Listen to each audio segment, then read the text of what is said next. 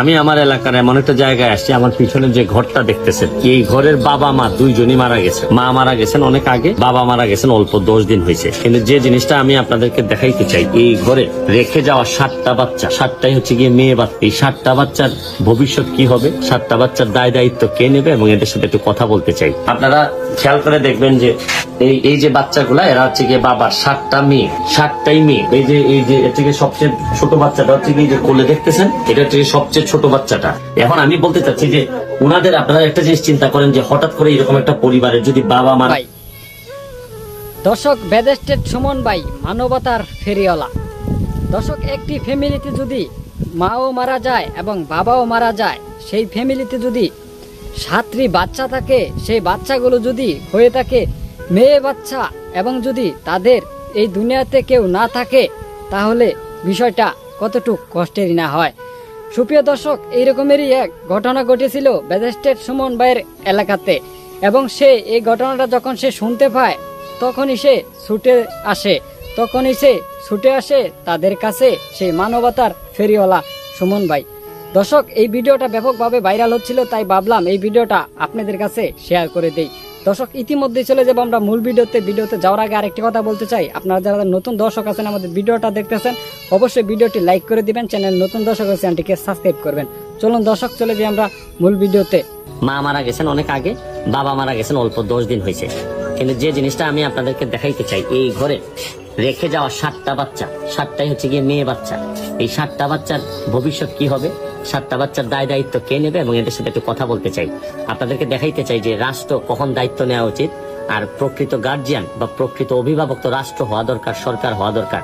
কিন্তু আমাদের দেশের বাস্তবতা কি, কেন বাংলাদেশে মানুষ মেয়ে বাচ্চার চেয়েও খুব সবসময় চেষ্টা করে যেটা ছেলে বাচ্চা হওয়ার। মেয়ে বাচ্চা হইলে কি কি অসুবিধা হয়, এটার একটা উদাহরণ আপনাদেরকে দেখাইতে চাই। আর এদিকে আসেন, একটু দেখবেন এই ঘরের মধ্যে আমরা ঢুকলাম। এখানে আপনারা খেয়াল করে দেখবেন যে এই যে বাচ্চাগুলা, এরা হচ্ছে গিয়ে বাবার 7টা মেয়ে, 7টাই মেয়ে। এই যে এর থেকে সবচেয়ে ছোট বাচ্চাটা হচ্ছে গিয়ে যে কোলে দেখতেছেন, এটা হচ্ছে সবচেয়ে ছোট বাচ্চাটা। এবং আমি আপনাদের তাদের মুখ থেকে শুনাইতে চাই যে হঠাৎ করে বাবা মারা গেলে একটা পরিবারের কি অবস্থা হয়। এখানে তুমি কথা বলবে, কে তুমি বলবা? আচ্ছা বলো, তোমরা কয় ভাই বোন একটু বলবা, এদিকে তাকাই বলো। হ্যাঁ, 7 বোন। মানে তোমরা তো পড়াশোনা করতেছো সবাই। তোমার বাবা মারা গেছেন কবে? রবিবারে মারা গেছেন। এখন তোমাদের এখন জীবন চলে কিভাবে বা চলবে কিভাবে, এটা কি চিন্তা করতেছো তোমরা?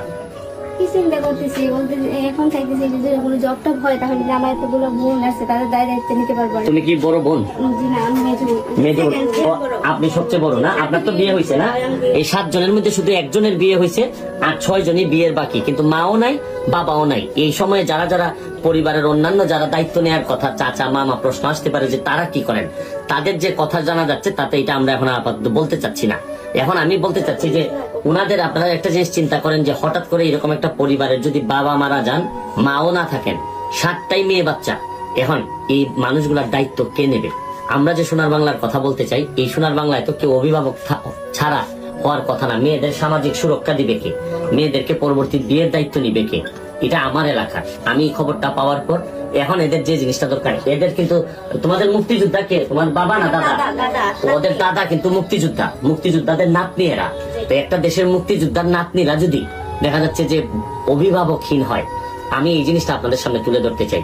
আমি আসছি, চেষ্টা করব বিভিন্ন সহযোগিতা নিয়ে তাদেরকে কোন একটা ব্যবস্থা করা যায় কিনা, কারণ এদের এখন প্রতিদিন চলাই কষ্ট হয়ে গেছে। নিরাপত্তা দেয়া, পড়াশোনা চালানো, অনেকগুলা বিষয় আছে যে বিষয়গুলো এখন ডিসিশন নেওয়ার বিষয়। আমি যে জিনিসটা আপনাদের সামনে আনতে চাই যে রাষ্ট্র কখন আমাদের দেশে অভিভাবক হবে, কখন এরকম একটা পরিবার থেকে বাবা মারা যাওয়ার পর দায়িত্ব নিবে রাষ্ট্র। যতদিন পর্যন্ত রাষ্ট্র এইসব দায়িত্ব নিতে না পারবে, কোনো না কোনো ভাবে ব্যর্থ হবে, সেরকম ভাবে দেশপ্রেম মানুষের কখনোই হবে না।